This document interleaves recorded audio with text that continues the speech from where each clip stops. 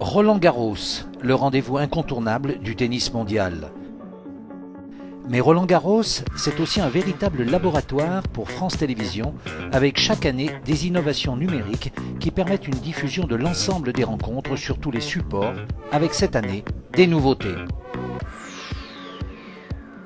Ce qui change, c'est d'abord qu'on est vraiment sur tous les supports numériques, et puis le fait que cette année, effectivement, on est exclusif entre 11h du matin et 15h, mais ça n'est pas que ça l'offre.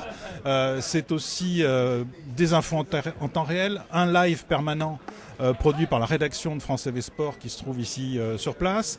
Ce sont les résultats, ce sont les tableaux, c'est l'interactivité avec le public, puisqu'on affiche à l'antenne un certain nombre de tweets, ce qu'on faisait déjà l'an dernier, et puis on fera un effort cette année pour être plus pédagogique, c'est-à-dire appeler les téléspectateurs à nous poser des questions et les retranscrire en plateau pour être posées à nos consultants qui pourront y répondre, évidemment, quand on aura le temps sur cette diffusion qui est extrêmement dense.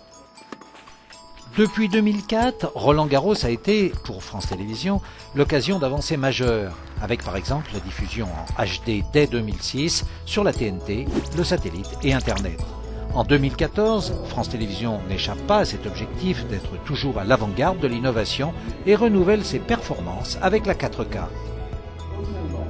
Parce qu'il faut qu'on invente la télévision de demain, en fait, qu'on réinvente la télévision d'aujourd'hui. On est en train de la préparer, on est en train d'essayer de la montrer.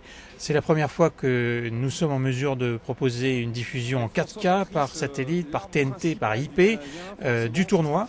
Plus important aujourd'hui, c'est la télévision en 4K. C'est très spectaculaire, un effet waouh très impressionnant. C'est la télévision de demain très immersive. 23 sociétés nous ont aidés avec Bernard Fontaine à construire ce laboratoire. 200 personnes nous ont aidés, des sociétés essentiellement françaises, européennes, mais aussi américaines et chinoises.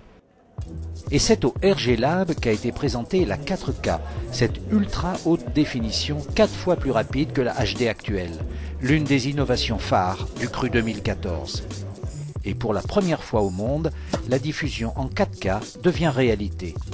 2014-2025, il s'agit aujourd'hui de se projeter dans l'avenir et d'imaginer les nouveaux services que proposera France Télévisions dans tous les domaines, quand on sait que 10% de l'énergie consommée par une ville moderne provient du numérique. Téléphone, téléviseur, émetteur, data center, objets connectés.